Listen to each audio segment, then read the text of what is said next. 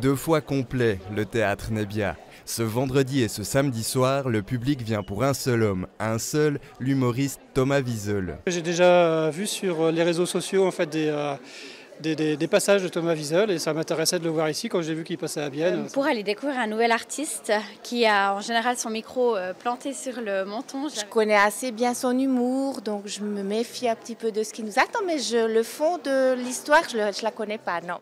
Thomas Wiesel, le stand-upper roman avec un micro planté sur le menton.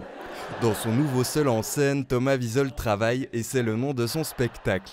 Le monde professionnel est passé à la moulinette de son humour caustique. À mon avis, à 25 ans, on devrait commencer par la retraite.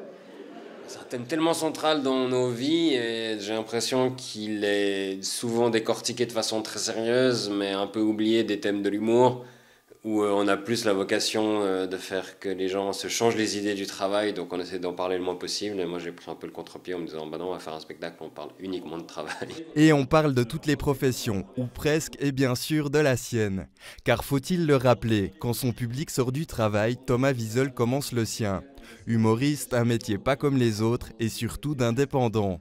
Quand on est humoriste, on n'a pas d'horaire, on n'a pas de patron, on n'a pas de collègues. Parfois, on a des lieux de travail, des bureaux, des choses comme ça, mais on choisit d'y aller ou pas.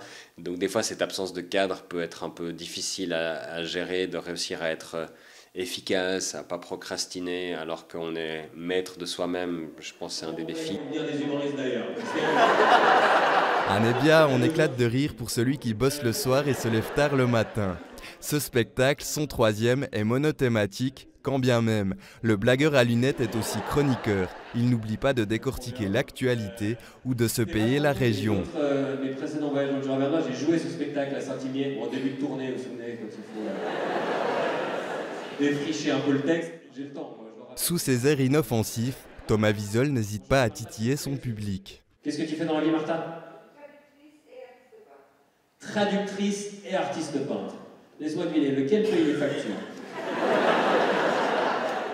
J'étais content qu'il ne m'ait pas choisi, mais bon, voilà.